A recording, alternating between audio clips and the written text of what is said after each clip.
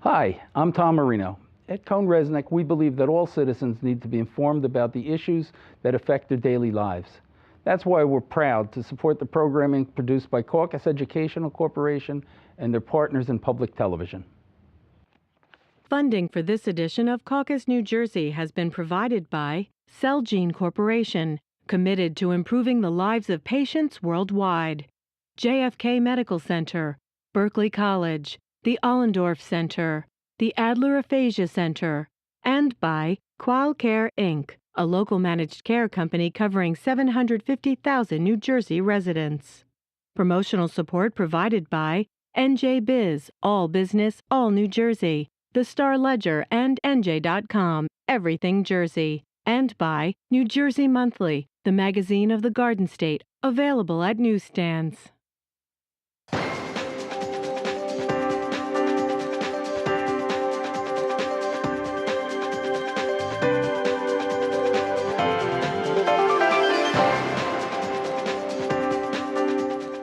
Hi, I'm Steve Adubato. I want to introduce, back by popular demand, two of our very favorite guests who come back and enlighten us, inform, and educate us. Mike and Elaine Adler, the founders of the Adler Aphasia Center. Mike and Elaine Adler. Elaine, let me ask you, we've been doing this for several years now. It is, in fact, the 10th anniversary of the Adler Aphasia Center, but I do not want to assume that people know what aphasia is, and that is why we've been doing programming for a decade on aphasia. Go, what is it? Aphasia is the inability to communicate, mainly after a left brain stroke, could be traumatic brain injury, or a growth on the brain. The people who are afflicted lose their ability to speak, to communicate. Everything is up there in the brain. They know what they want to say. They just can't get it out. What a frustration. And Mike experienced, you were dealing with aphasia since what year, Mike? 20 years now. 20 years ago. A very successful businessman, engaged in a whole range of business activities. 20 years ago, it afflicts you. It changes your life dramatically.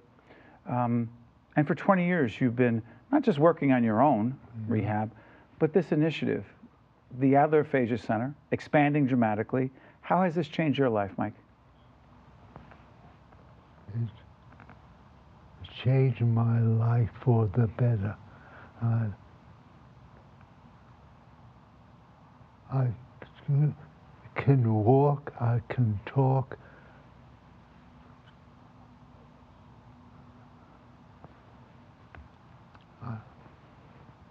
Change my love to help people get better. It was so hard for me to get my language back. I thought I had everything, wife, children, and it was so difficult to speak. I figured everybody should get a hand in that. Yeah. So Mike goes through this 2-decade struggle and challenge. You go there with him, shoulder to shoulder, holding hands together. We can't even imagine what that's been like. What caused both of you to say, wait a minute, this is our struggle, but others are also dealing with this. No one knows about it. No one talks about it. We need to create an Adler Aphasia Center, increase awareness about this, and create a national crusade. What caused you to do that? Well, it was really Mike. He said, I want to help others. I understand what they're going through. So he hired someone to go on the computer to see what was being done in the name of aphasia.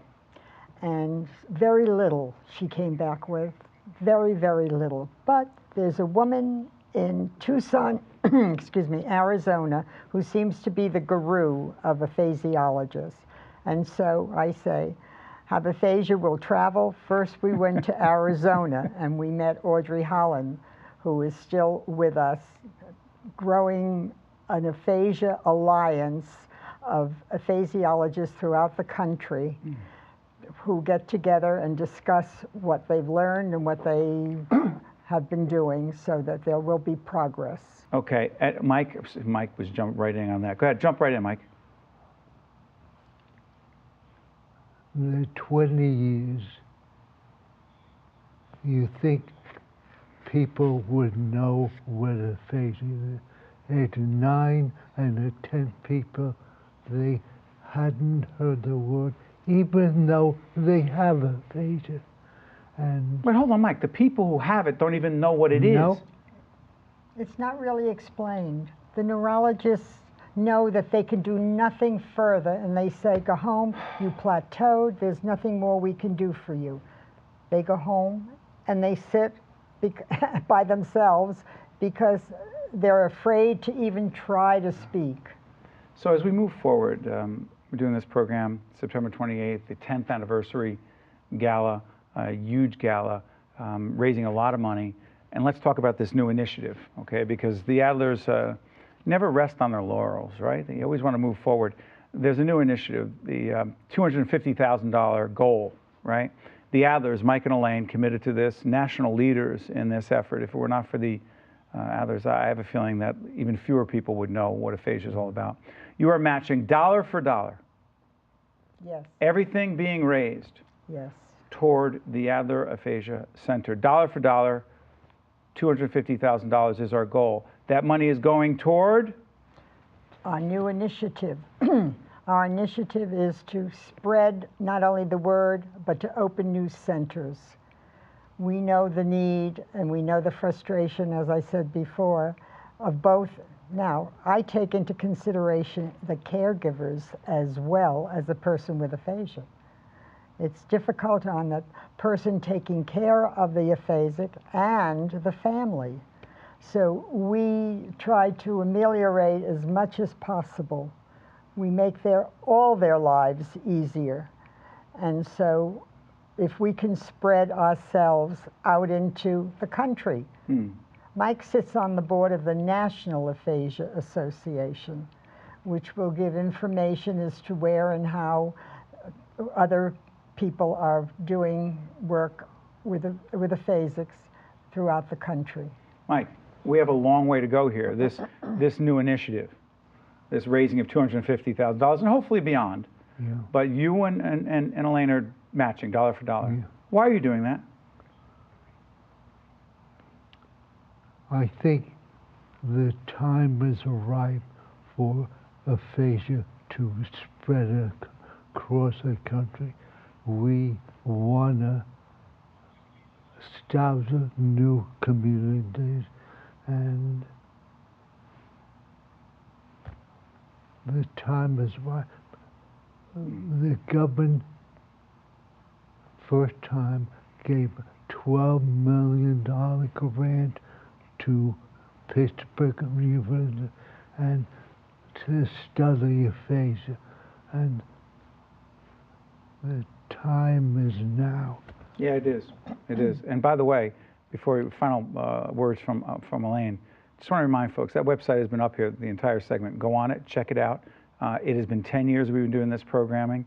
I promise you that we'll continue to try to increase awareness. We have a long way to go. Final words. We went to a Jet game a couple of weeks ago. 4 players were taken off the field. Head injuries. Yeah. I hope not head injuries, but those injuries, if they were head, could be with them for maybe 10, 20, 30 years later, and they become aphasic.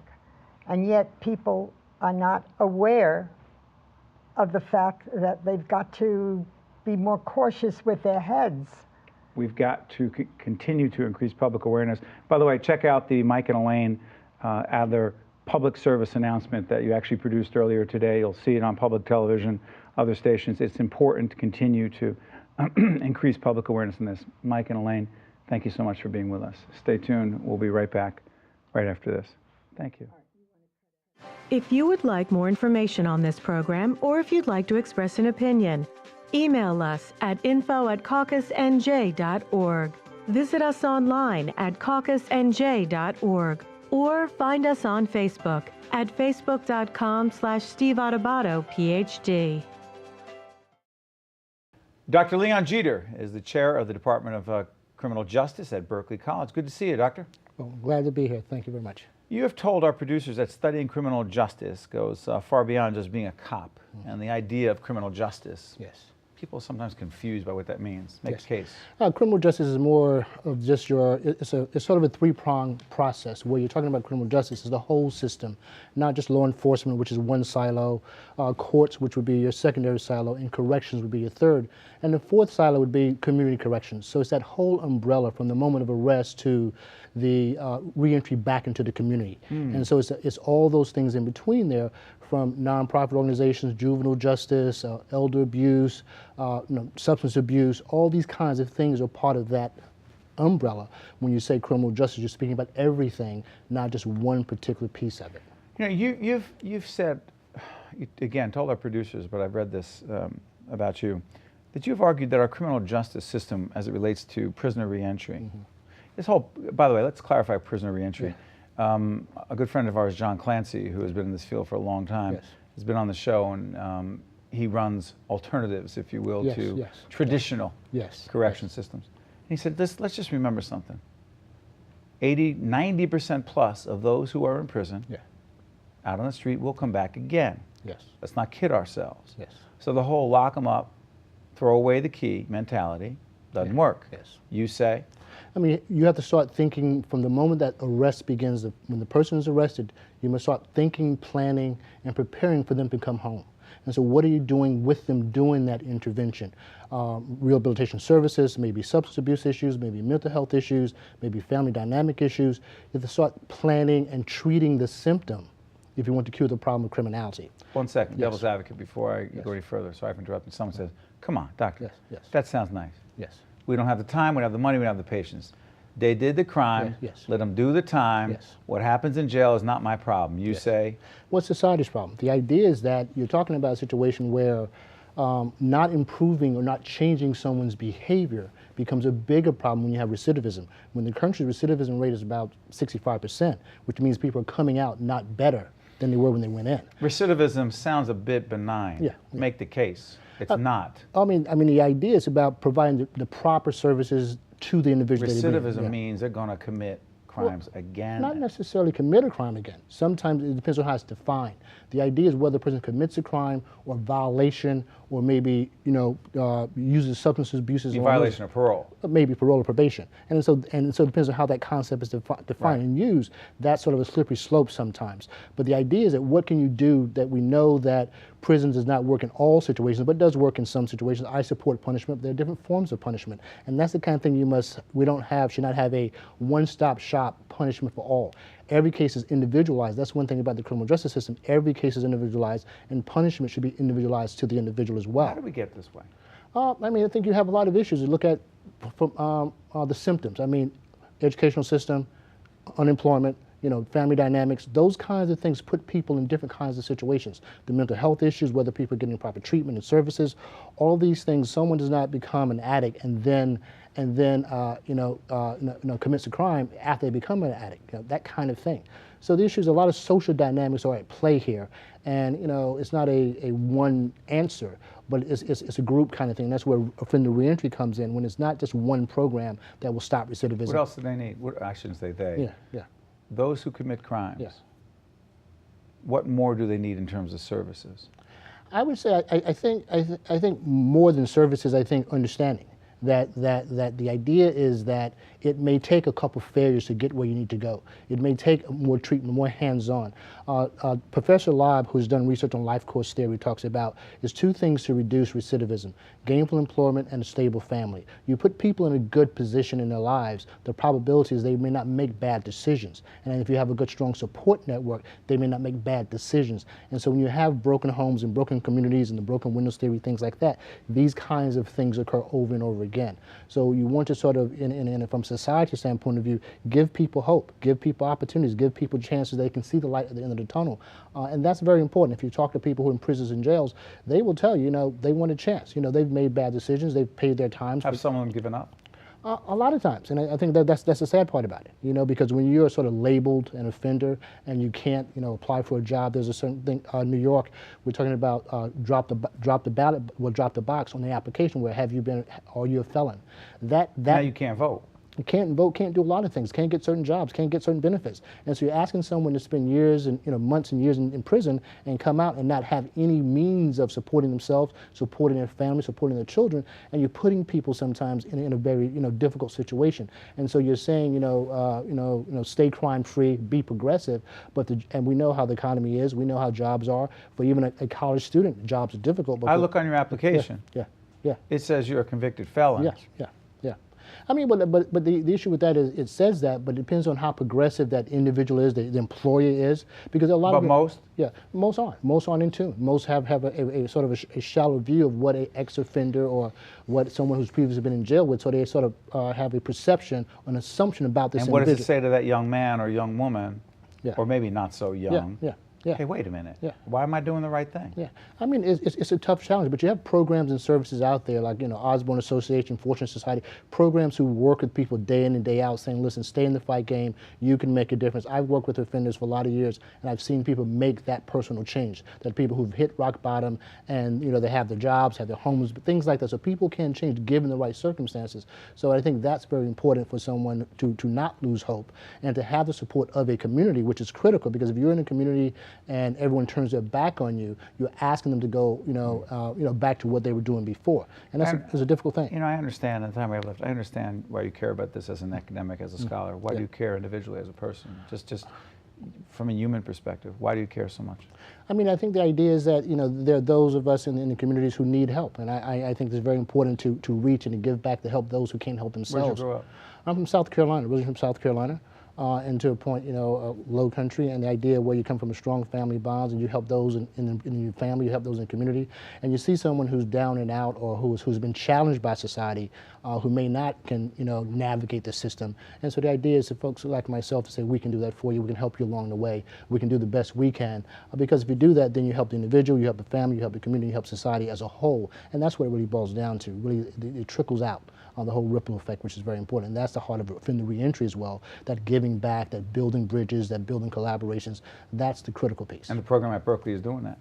Berkeley College, our criminal justice program is a stellar program. We're preparing students to be successful, not only personally, but also professionally, where students can go into the job world from prosecutors' offices in Passaic County to Newark to NYPD, getting out there with a good view of society, from public policy issues or legislation to just providing service, being willing to do service to help those you can help when you can help them. And also, it doesn't matter which silo you're in, whether you're law enforcement, whether you're courts, whether you're corrections, or you're reentry, you give your best, you give your all, and you try to make a difference in those pockets. And if you do those things, then the system is a better system for it as a whole.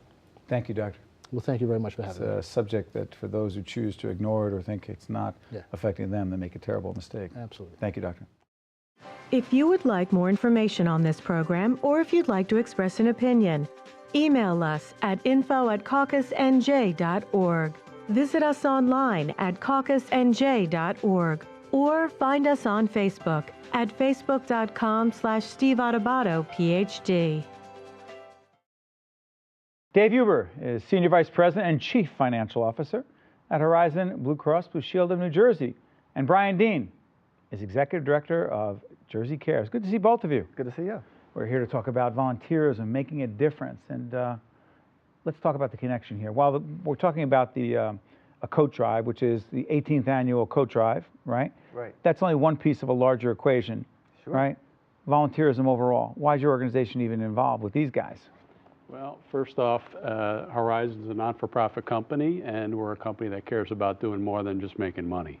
And that's something that attracts our people to come work for Horizon. We feel good about making a difference in the community. We started a foundation in 2004. Since then, we've given away over $32 million to charity. We have people that volunteer. Thousands of our people volunteer. And there's an expertise associated with running these events. Jersey Cares has the expertise, so we've been partnering with them. We see it as a win-win. We bring bodies, they bring expertise, we both win. That's why we're going to put up the website for Jersey Cares right about now, because it's your opportunity.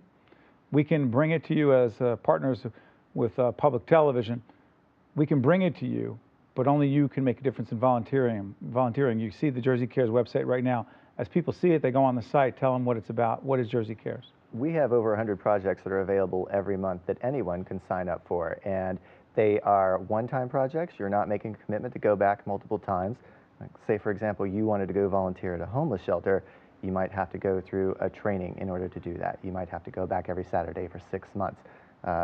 Or they may not have a volunteer coordinator and not know what to do with you. We run projects at a number of locations so that you can pick and choose whether you want to volunteer at a senior center or go to an animal shelter or help with a school. We can plan a project at those organizations, and you only have to go that one time and see if you like it, see if you ever want to go back. So it's a great way for people to get introduced to volunteering and find what they really love. P.S. Why coats as we talk about this coat drive? Coats are really important. We have a coat drive, as you said, it's the 18th year, and this year we're planning to collect over 60,000 coats. They're going to people who need them. Horizon Blue Cross Blue Shield is going to be participating in that effort. It's an increase of 20,000 coats from what we collected in the past because there's a great need out there. And when you think about getting a coat, I think there may be a tendency to think, oh, it's just a coat, it doesn't really matter. But when you think about the fact that you're meeting someone's basic needs and helping them address their higher needs, then it becomes more important. For example, if you give a coat, you can be allowing a senior to go out and get medication during the cold when they might not be able to get out. You help a child to focus in a cold classroom when they might not be able to focus on their studies. You help someone who's seeking a job to go out during the winter and continue that search. It's helping people to better their lives in a more important way. Someone says right now, Dave, I'd love to do it. I'd love to volunteer. I'd love to make a difference, but a little too busy. You say? I like to inspire people to go out and make a difference, and I find that the best way to do that is to tell stories. We've done a few of these events within the past year. Talk about your own experience. Sure. I know you're personally a volunteer. Sure. So a few of the things I've done in the past year, we volunteered at the food bank, brought a team of... Community Food Bank of New Jersey. Community Food Bank in New Jersey, yeah, thanks. 25 people from Horizon right after Hurricane Sandy hit. A bunch of us wanted to go out and make a difference. We had this assembly line going on. We're packing these boxes, and we accomplished a whole lot within a couple of hours. What's it great feel like? Experience. It felt like a great experience, just working side by side with people that you work with all the time, but you never really connect with them in the same way that when you're in the office as you do when you're there, talking about their families, talking about what you're interested in and so forth. You walk out of there knowing the people a lot better than you ever would if you were just in an office environment. And after spending 2 hours, get a team photo taken, everybody walks out of there feeling sky high. We did a little bit to make a difference, and collectively we made a big difference. So it's interesting, Brian, a corporation does that, right? These guys decide to do it. And, you know, we've worked with them for a long time. We know their foundation. They support a lot of nonprofits. But here's the thing. If a company were to say, hey, listen, that's great that you do that. You're a bigger company, whatever someone's rationale is, even though you're a nonprofit. Someone says, you know, but we're just trying to pay our bills. That's our commitment, to just be a bottom line company. We just want to pay our bills, pay our people, and that's it. We can't do that kind of stuff. Just the same way a person would say, I'm too busy, I can't do it. You say what to that person who's running that company? We actually don't hear that very much anymore. I think there's a lot of public pressure on companies to actually get out and be a good community. Is it post-Sandy, post-9/11? No, just it's been a growing trend since the early 90s, I would really? say. Yeah, back since the Clinton years, America's Promise. There's a groundswell of interest from consumers who want their products to be created by companies who are socially conscious. And so we see a great deal of interest in going out and doing the kinds of things that Horizon Blue Cross Blue Shield is going to be doing next month when they go to Seaside Park and actually help with some sandy restoration projects that, of course, are still very much needed down What's down that about the shore. there? Well, we're going to go down to the shore. We have this annual Day of Caring, we call it. Right. I've heard it's about one that. big event per year. Last year we were down in Camden building a playground for kids. People felt great about that. This year, given what happened with Sandy, we figured we'd do something at the beach. So we're going to be down at Island Beach State Park, and we're going to be cleaning up the beach, installing fencing, painting the lifeguard stands, all of that, really cleaning the place up. We got 300 volunteers that are going. Jersey Cares is going to help us because they've got the expertise to pull this off. We're getting our families involved. My wife Ellen going, my son Derek is going. Something you can do with the family and really feel good about when you're done. It's good stuff. It's great stuff. So right now, on that website, anyone, someone who runs a small business, someone who's an individual, a younger person, high school student, college student, whatever, there is something for anyone everyone on that site? Sure. We have, like I said, we have over 100 projects every month that are open What to do you mean individuals and projects? They smokers. can find different projects? They list it there? We partner with a number of different organizations, as I said, and they really run the gamut so that people can find something that they like to do. So, for example, say you have a dog and you want to take your dog to a senior center and have it interact with the seniors to make their life better. That's we have a project for volunteerism. that. That's volunteerism. Exactly. So you can actually go and have a Jersey Cares volunteer coordinator there working with 5 or 6 of you, so you're in a team, and it's a fun event. You get to go and be with other people. It's well run. They're expecting you when you arrive. There's a schedule, and then you can go back and do it again if you like. So interesting. People want to look at philanthropy or volunteerism only as writing a check. It's so much more than that. I agree 100%, Steve. And one of the reasons why I like to do this, I'm big on employee engagement. I'm a big believer in that. This results in better employee engagement. Better. If you get your employees involved doing something outside of the office, connecting with each other, they'll feel good about working for the company. They'll feel better about being part of a team, doing something outside of work. Ultimately, they'll be more engaged, and that's one of the reasons why we 20 focus on it seconds, as well. final pitch to everybody watching right now. Get them to do something. Go ahead. Go to jerseycares.org. Go through all the projects that are on there, find one that you like. There's a great opportunity for people to really find something that they love. We have a 5,000 person project coming up on the anniversary of Sandy that's going to be taking place down at the shore and up to Bergen County. Lots of opportunity to volunteer for that. It's live on our website right now. We would love to have people come out and volunteer for that as well. Thank you, gentlemen, because there is no excuse to sit back and watch other people do it. Exactly. You're making a difference. Thank you, because Thank you. Jersey does care. Good They job. do. Thank you very much. Thanks. The preceding program has been a production of the Caucus Educational Corporation, celebrating 25 years of broadcast excellence, and 13 for WNET, NJTV, and WHYY. Funding for this edition of Caucus, New Jersey has been provided by Celgene Corporation, JFK Medical Center, NJIT, New Jersey Council of County Colleges, the Allendorf Center, and by the Adler Aphasia Center. Transportation provided by Airbrook Limousine, serving the metropolitan New York, New Jersey area. Caucus, New Jersey has been produced in partnership with TriStar Studios.